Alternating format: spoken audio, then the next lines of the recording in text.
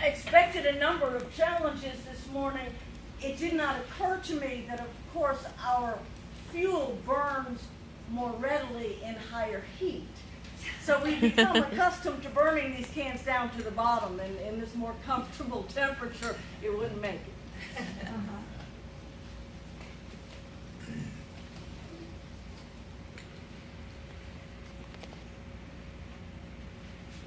The starting point for this sermon was to talk about the earth, our relationship to it, our responsibility to it, its importance, its value.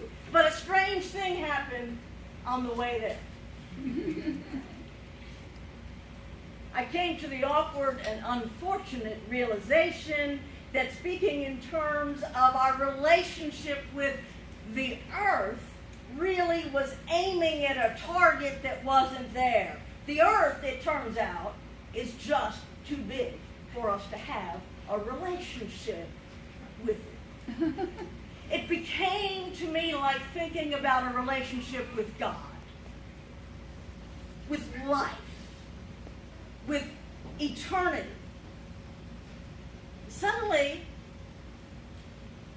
for the first time, I began to understand, I think, why the concern about global warming has such difficulty getting traction in our population.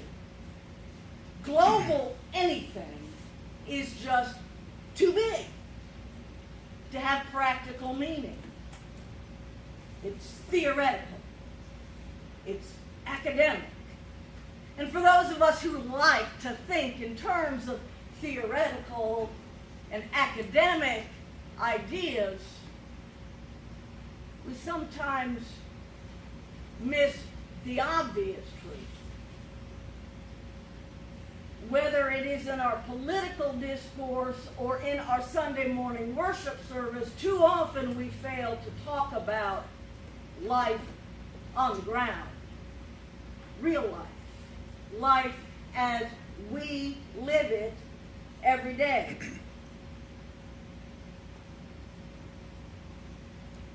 I found myself agreeing with Wendell Berry in that second reading that Maureen offered.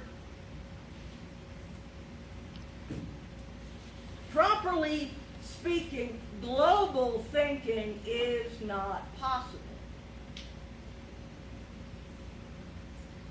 That was a little jarring to me when I first came across it. And I realized that Wendell Berry, in his wit and his wordcraft, frequently will speak in provocative hyperbole. He will offer his convictions in a way that is jarring, disruptive to the way we have become accustomed to seeing and thinking about the world and our place in it. So, think globally, act locally is not possible. In order to act locally, we have to be fully present locally. Not just in the county, not just in the city, but in this place right here where we are.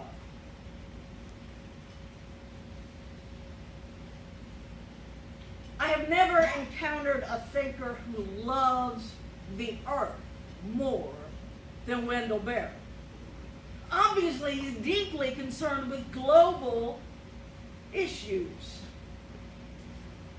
But by posing the very notion of global thinking as precisely that destructive force that is killing the planet,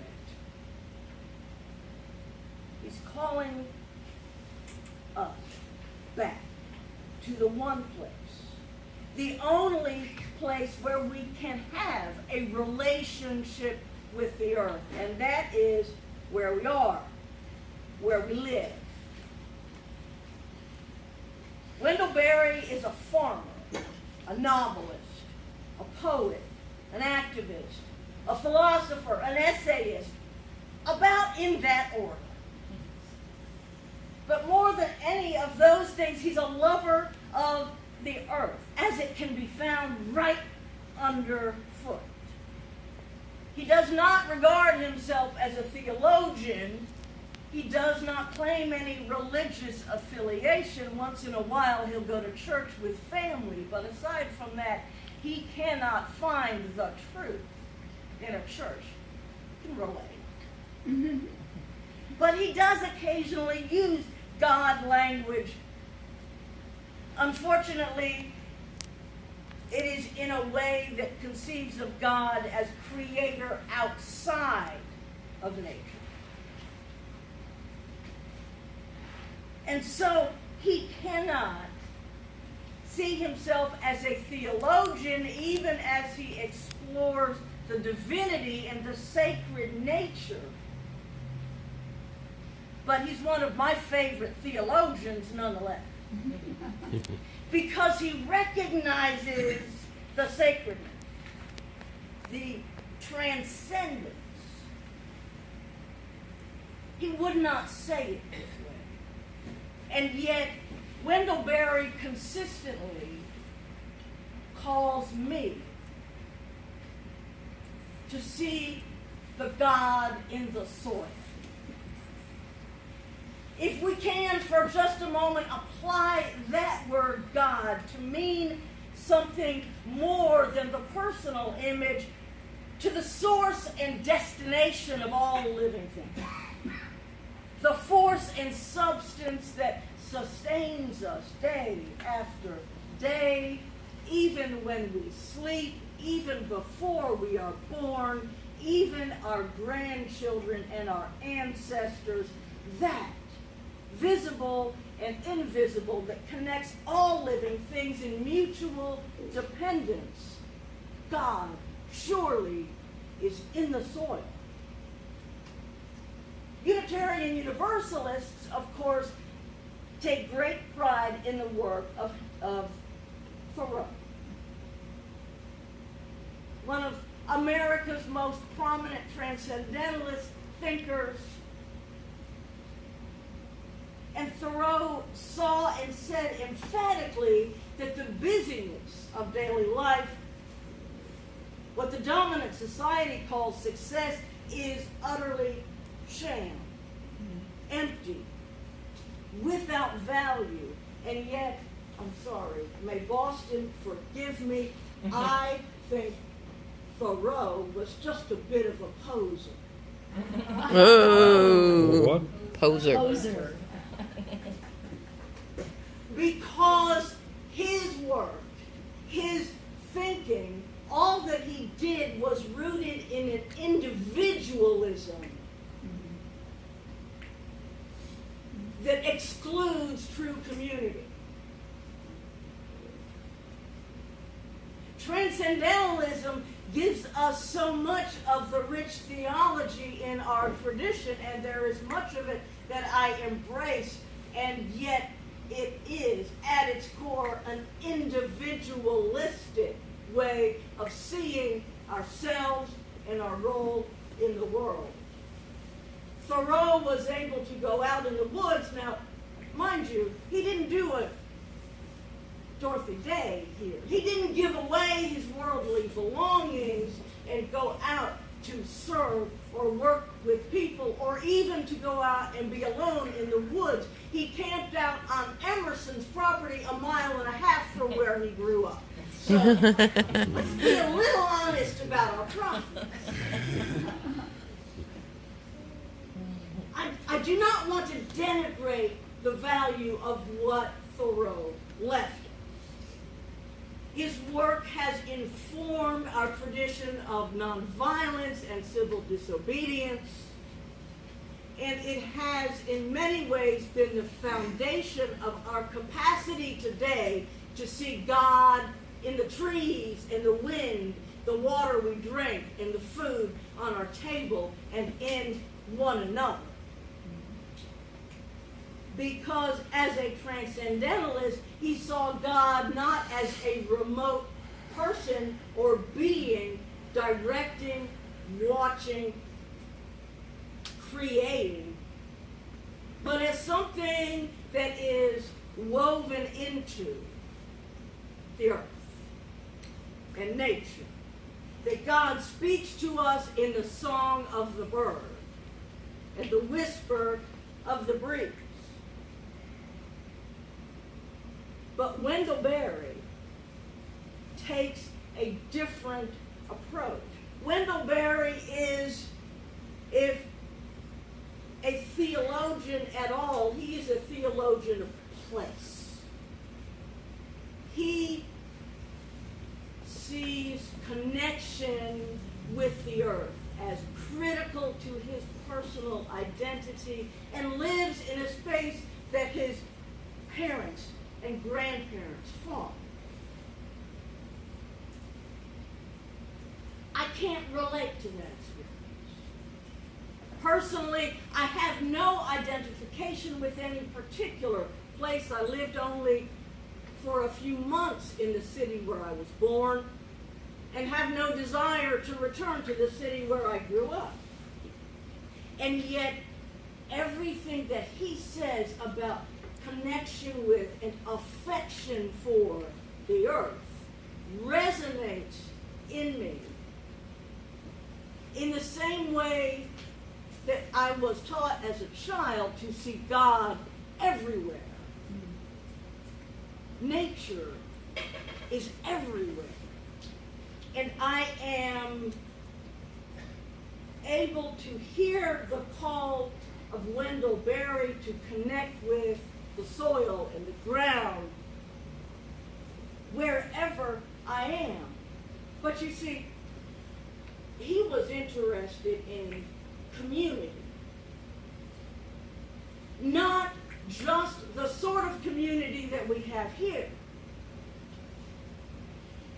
but the community of all things. The human community cannot truly exist in the absence of community with the soil. And the fact that we continue to work harder and harder, spend more money, and build larger tools to build our structures and our highways and our modes of transportation and communication to create community that is separate from the earth. And what we are doing is killing the ground on which we live. And Berry is telling us, if we cannot see our connection to the earth, then we cannot be connected to one another, because there is no possibility of health on a diseased planet. Mother Nature has no grandchildren. We are all directly, immediately connected with the ground on which we stand. There is no separation. And yet, it is so easy not to see it. It's apparently been easy not to see it for some time. This was the inspiration for Henry David Thoreau retreating into the woods. He found people in the street busy and distracted by affairs of no meaning and no consequence, and sought to reconnect to nature.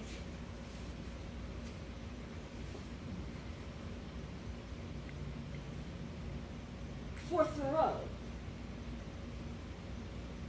this disconnection was a thing to overcome with effort and concentration. But for Wendell Berry, it is a thing not simply to overcome, but to resist actively. Because the force that we have created is not a living thing, but a machine. The force of industrial capitalism And he is careful to be clear that this exists in every known economic system, but we live in an environment of industrial capitalism. It is a machine that will inevitably consume everything without regard for life. The moment it becomes concerned with the well-being of the individual or the soil, capitalism falters.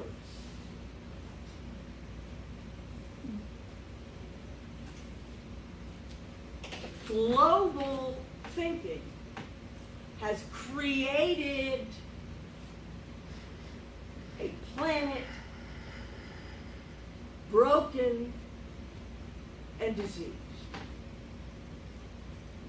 Global thinking is the way that Barry identifies the multinational corporation, as well as the political tyrant, seeing no distinction because ultimately both of those things exist solely for the purpose of unlimited accumulation of power.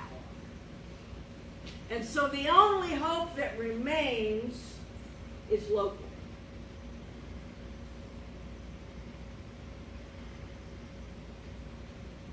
Right here. It's easy to despair reading Barry, because he has been saying the same things for 50 years, and it seems almost inevitable that the destruction, he says, will come if we keep on doing what we're doing, is right around the corner. We no longer cringe in the face of possible nuclear annihilation in the way that we did when I was growing up 40 years ago. But now we know that we are surely, steadily, deliberately destroying the viability of the very earth on which we live. And yet, that is somehow too big to get our hands around. So we just keep on doing what we're doing.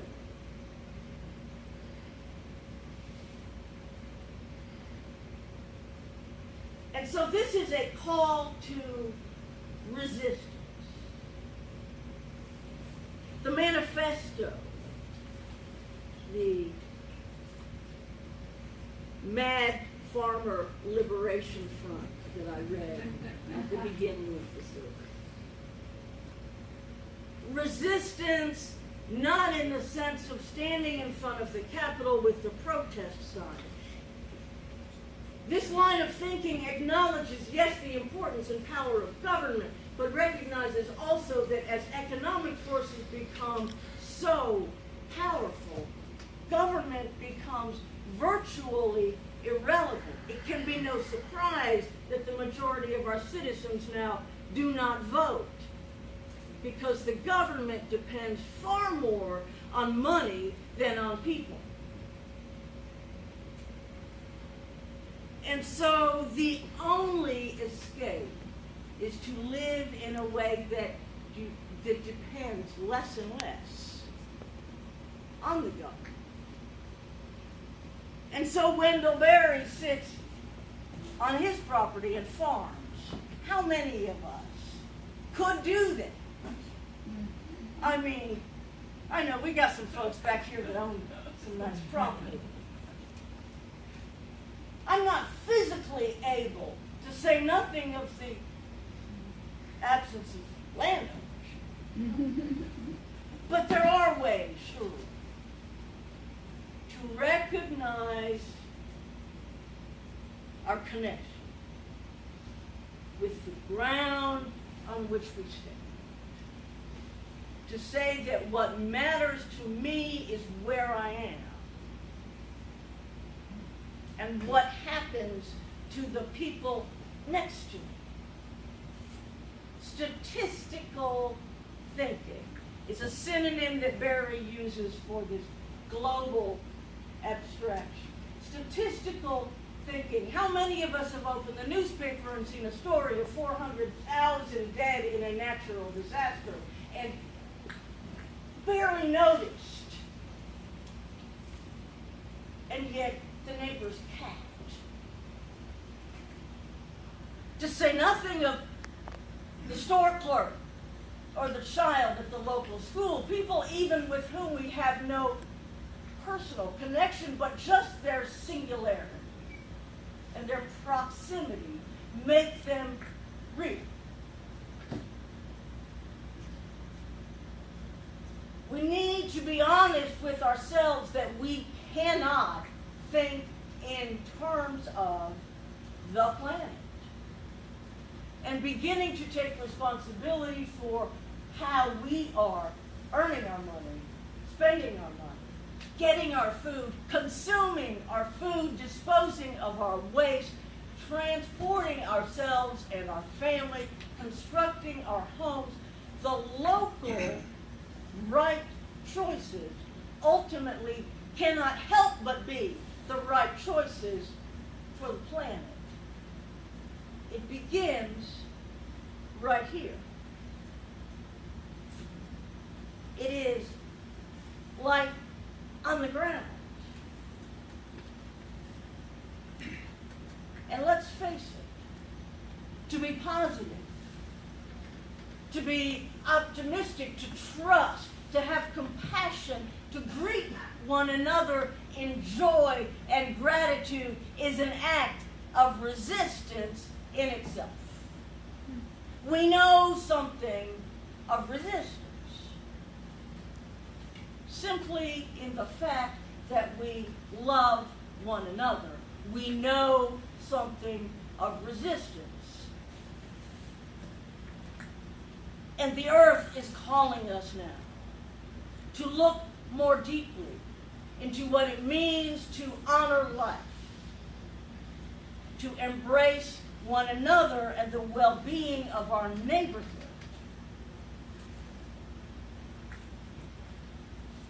To do the right thing for ourselves and the ground on which we stand.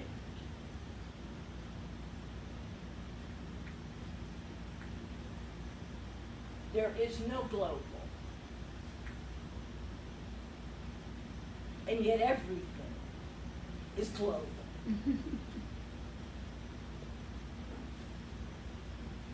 But as Unitarian Universalists, we do paradox pretty well. And so as we honor our affection for, our connection to, and our responsibility to the earth, to the entire world, let us be mindful of who we are and how we are with one another. Join me now, if you will, in singing our closing hymn, number 134.